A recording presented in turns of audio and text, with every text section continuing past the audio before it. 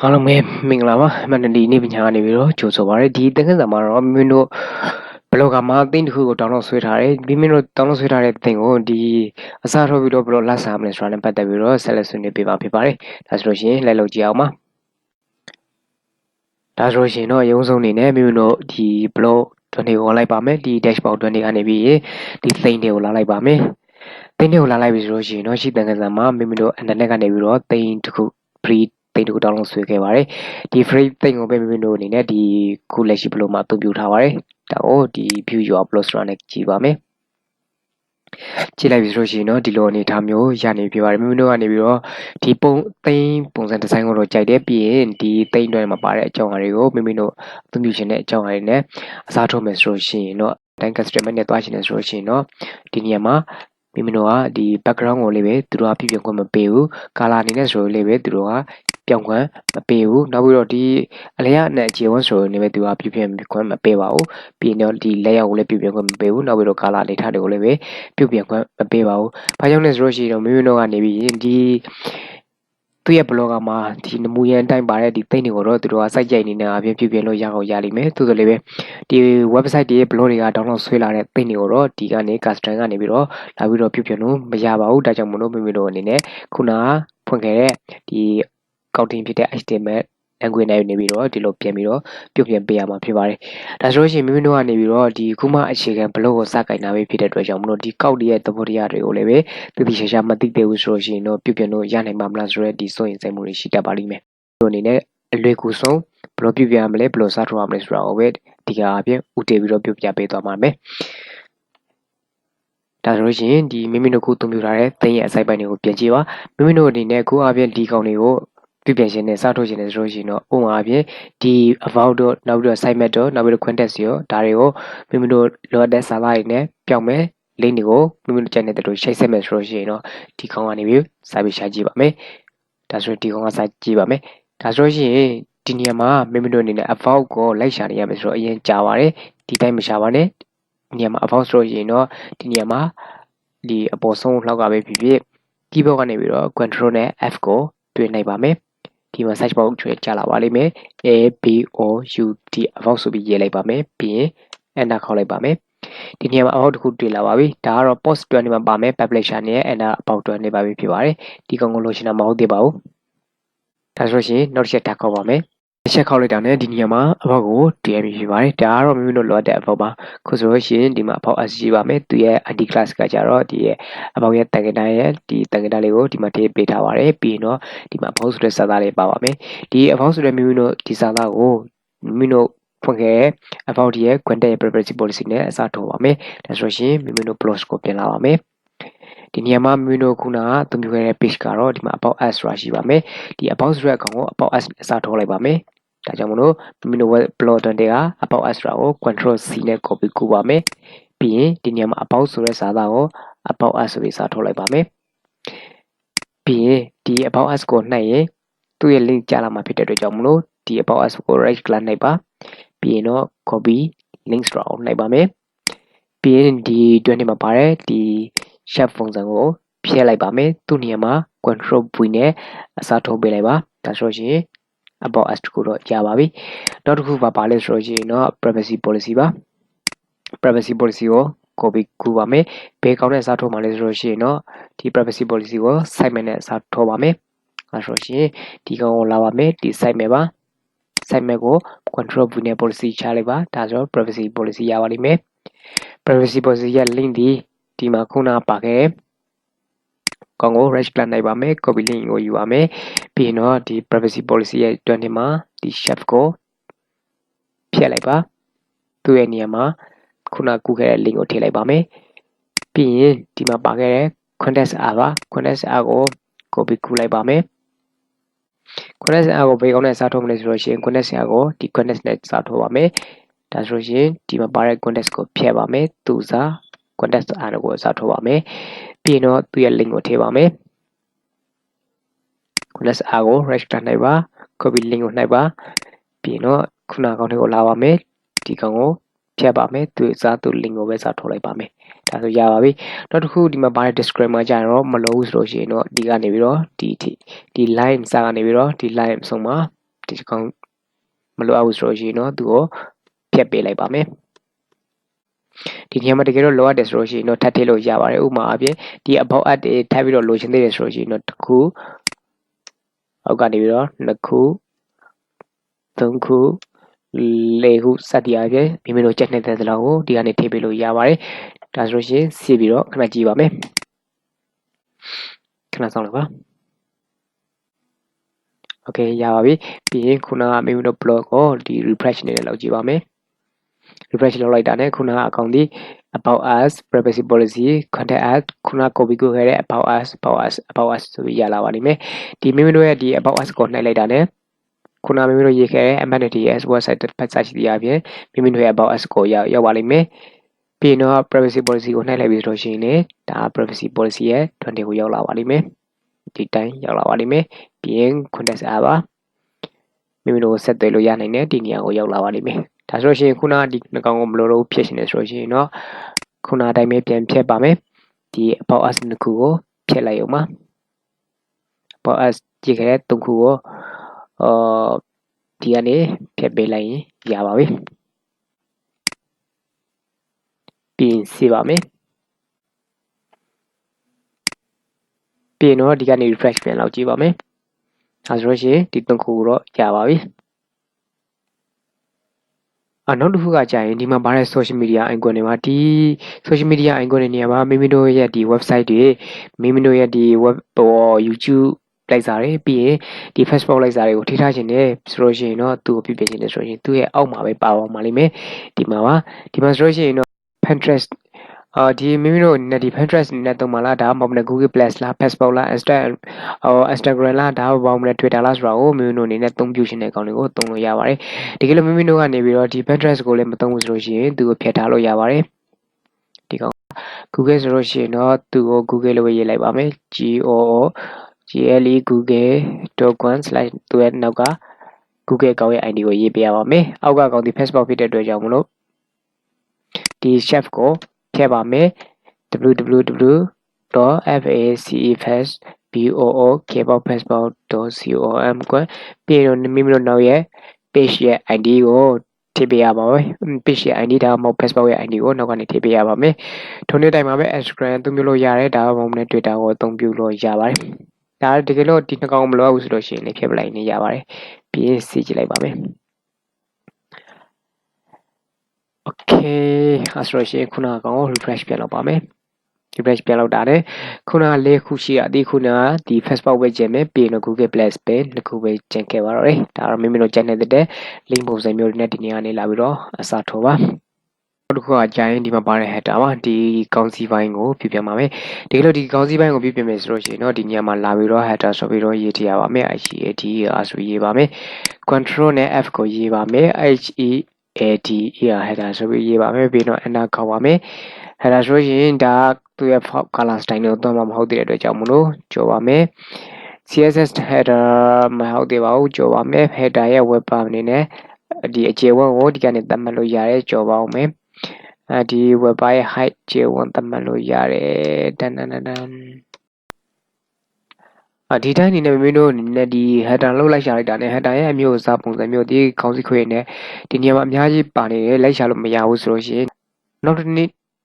အပြင်ဘယ်လိုသုံးကြည့်မယ်ဆိုလို့ရှိရင်တော့သူကိုဒီနေရာကိုလာပါမယ်ပြီးရင်တော့သူ့ပုံမှာ right click နှိပ်ပါမယ်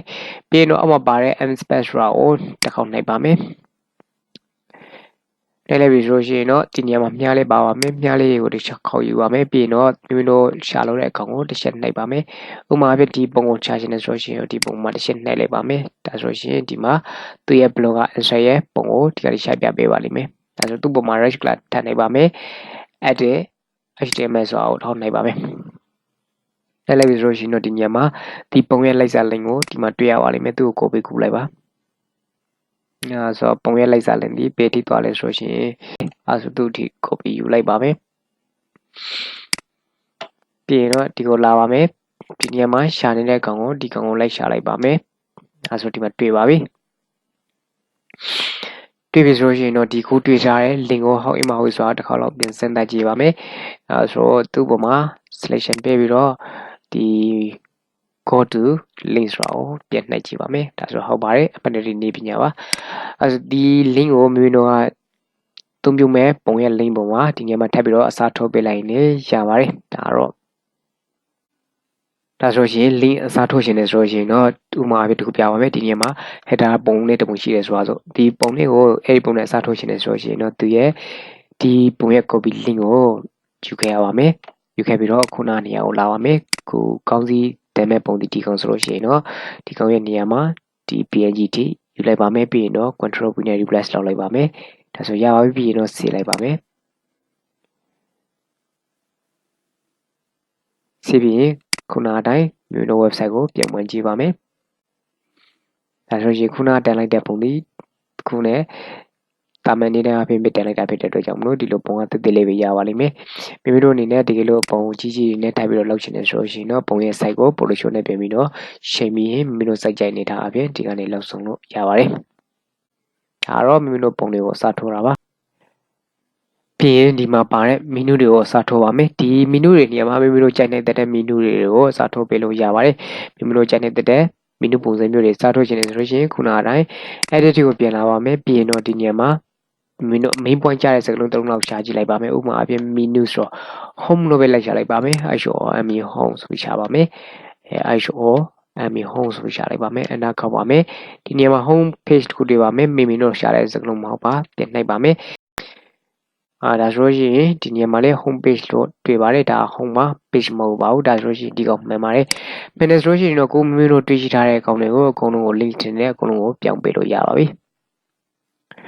ပြီးတော့ဒီသူ့ရဲ့အတွက်မှာပါတယ်ဒီ home ရဲ့အောက်မှာ menu တွေပါပါမယ်ဒီ menu တွေကိုမိမိတို့ကြိုက်နေတဲ့ကောင်နဲ့စားထိုးပါမယ်အခုမှအပြင်ဒီနေရာမှာ menu 1ဒီ A ဆိုလို့ရှိရင် menu 1ရဲ့ A ရဲ့ URL ကိုဒီမှာထည့်ရပါမယ်မိမိတို့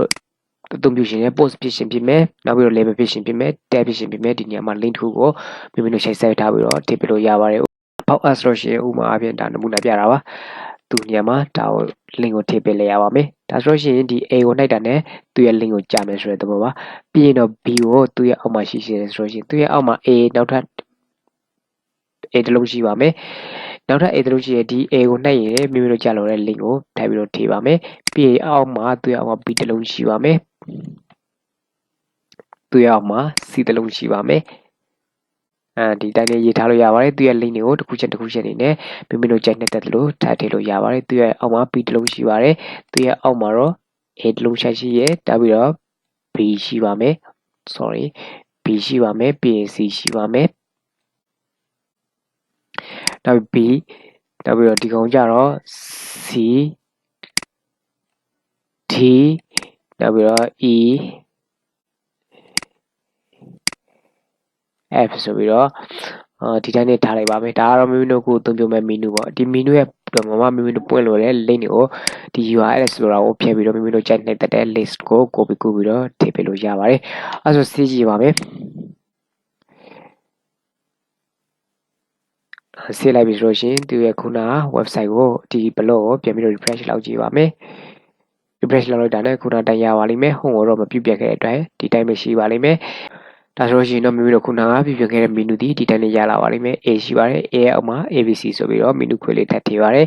B ရှိပါတယ် B ရဲ့အောက်မှာ menu ခွဲလေးထပ်ထည့်ပါတယ် C D E F ဆိုပြီးတော့ menu လေးတွေတီကိုစီရှိကြပါတယ်သူရဲ့အောက်မှာလည်းပဲသူနဲ့သက်ဆိုင်တဲ့ link တွေကိုကိုစီရှိပေးထားပါတယ်ဆက်ကြည့်ရပြင်မိမိတို့ကြိုက်နေတဲ့ link ပုံစံမျိုးတွေကိုဒီ label နဲ့ပဲချိတ်နောက်ပြီးတော့ဒီ list နဲ့ပဲချိတ်ဒါမှမဟုတ်လည်းဒီ page နဲ့ပဲချိတ်မိမိတို့ post နဲ့ပဲချိတ်ကျန်တဲ့ list တွေကိုဒီနေရာမှာဆက်ပြီးတော့ share ပြီးထည့်ထားနိုင်ပါတယ်ဒါကတော့မိမိတို့ menu ဖန်တီးတာပါဒါဆိုရင်တော့ဒီအပေါ် header file နဲ့ပြီးပြီဆိုတော့ရှင်တော့ဒီ cyber ကိုတော့မိမိတို့ဒီlayout နေကနေတော့ပြုပြင်လို့ရနိုင်တယ်။သို့တော်လည်းနောက်တစ်ခါတစ်ခုအရေးကြီးတာကျင်တာကြာရင်ဒီမှာပါတဲ့ folder ပါဒီ folder မှာကြာရင်တော့မိမိတို့အနေနဲ့ဒီစာသားတွေကိုမိမိတို့ channel တက်တဲ့စာသားအနေနဲ့ပြောင်းပေးဖို့လိုပါလိမ့်မယ်။အဲဒီကောင်ကကြာရင်မိမိတို့ဒီ website ဒီကိုပိုင် website ဖြစ်ကြောင်းကို copyright မှန်ကန်ကြောင်းကိုဒီနေရာနေ folder ကနေပြပေးရပါတယ်။ဒါဆိုဒီစာသားတွေကိုမလို့ရှင်မိမိတို့ channel တက်တဲ့စာသားတွေနဲ့အစားထိုးရှင်နေဆိုရှင်တော့ရုံဆုံးနေနဲ့ဒီကောက်တွန်းတွေကိုလာလိုက်ပါမယ်။ဒီ folder ဒီအဓိကအပြင်ဘယ်နေရာမှာရှိတယ်ဆိုတော့ရှင်အများဆုံးအပြင်ဒီအောက်ဆုံးမှာအနေနဲ့တည်ရှိကြပါတယ်ဒီမဆုံးခံနေပေါ့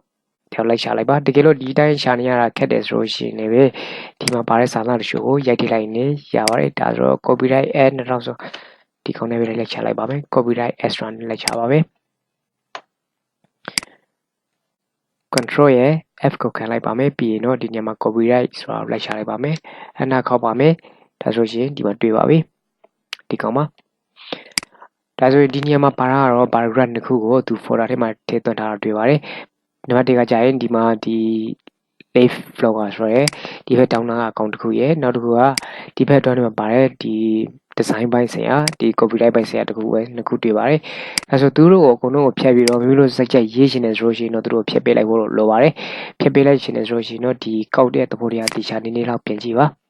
ဒီနေရာမှာဆိုလို့ရှိရင်တော့ဒီ folder ရဲ့ left style ကိုသူကဘယ်ကစခံထားလဲဆိုလို့ရှိရင်ဒီမှာ divide တစ်ခုကိုဒီကစပြီးတော့ဒီမှာဆုံးလိုက်ပါတယ်ဒါတစ်ပေါက်ဆုံးပါတယ်ပြီးရင်တော့ဒီကစပြီးတော့ဒီမှာတစ်ပေါက်ဆုံးလိုက်ပါတယ်နှစ်ပေါက်ခံထားပါတယ်ဒါဆိုသူနှစ်ပေါက်လုံးကိုဖြတ်လိုက်ပါမယ်ပြီးရင်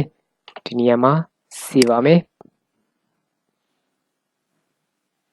အဲဆို successful ဖြစ်ပါတယ်ပြီးရင်ဒီနေရာမှာမရှိတော့ပါဘူးခုနဒီနေရာမှာမိမိတို့လိုအပ်တဲ့စာသားကိုဒီကနေရေးထည့်လို့ရပါပြီခုနဖြစ်ခဲ့တဲ့နေရာမှာ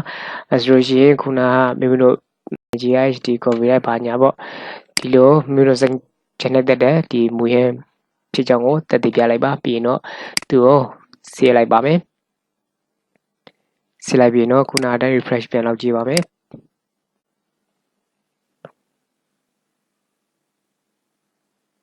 ဒါဆိုရှင်ဒီမှာအောက်ဆုံးနားမှာပဲမိမိတို့ကိုဖော်ပြနေပါလိမ့်မယ် copyright တက်ကြည့်မကောင်းတက်ကြည့်လို့မကောင်းဘူးဆိုလို့ရှိရင်တော့ခုနမိမိတို့ဖော်ပြခဲ့တဲ့အကောင်ကိုစာလုံးစိုက်နေကြည့်ပါမယ်သူရော h2 လောက်ထားလိုက်မယ်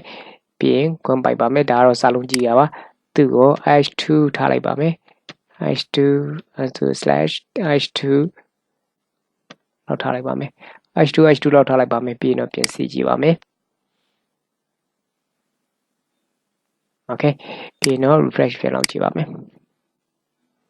ဒါတော့ h2 site နဲ့ဒီတိုင်းလေးရနေမှာဖြစ်ပါတယ်ခုရေးထားတဲ့စာသားတွေကဒီအစပိုင်းမှာဖြစ်နေပါတယ်အလေးကိုလိုချင်တယ်ဆိုလို့ရှိရင်တော့အလေးကိုပြောင်းပေးလိုက်ပါမယ်ဒါဆိုလို့ရှိရင်ခုနကနေရာကောင်ကိုပြန်လာပါမယ်ပြီးရင်ရှိကနေပြီးတော့ cs tab style တခုချင်းပေးလိုက်ပါမယ်ဒီ style မှာ text element ကိုဒီညမှာ center အနေနဲ့ပဲထားလိုက်ပါမယ်ပြီးရင်တော့ဒီတိုင်းအလေးကိုတွားချင်တယ်ဆိုလို့ရှိရင်တော့ဒီရှိကနေပြီး cs နဲ့နေပြီးတော့ text style အနေနဲ့ဒီအလေးမှာဒီ center ကိုထားလိုက်ပါမယ် text ရဲ့ element ကိုဒီကောင်ကိုအလေး center အနေနဲ့ပြောင်းလိုက်ပါမယ်ဒါဆိုလို့ရှိရင် center ပြောင်းပြီးဆိုလို့ရှိရင်တော့သူစီပါမယ်ဆေးလိုက်ပြီဆိုရင်တော့ခုနဘလော့ကိုပြန်သွားကြည့်ပါမယ်ပြီးရင် refresh ပြန်လုပ်ပါမယ်ပြီးရင်အောက်ကိုသွားကြည့်ပါမယ်အဲဆိုရင်ခုနအတိုင်း amenity add copyright ဆိုပြီးတော့ဒီတိုင်းနဲ့ရရှိနေပြီဖြစ်ပါတယ်ဒါကတော့သူတို့မှာပါပေးသား copyright area ဒီ phone ကို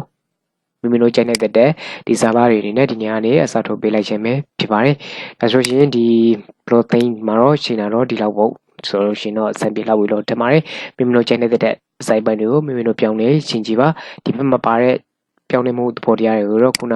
ဒီမှာသိမ့်ဖက်မှာပါခဲ့တယ်လို့ပါပဲပြန်သွားကြည့်ပါမယ်လက်ရောက်တွေကိုလာပါမယ်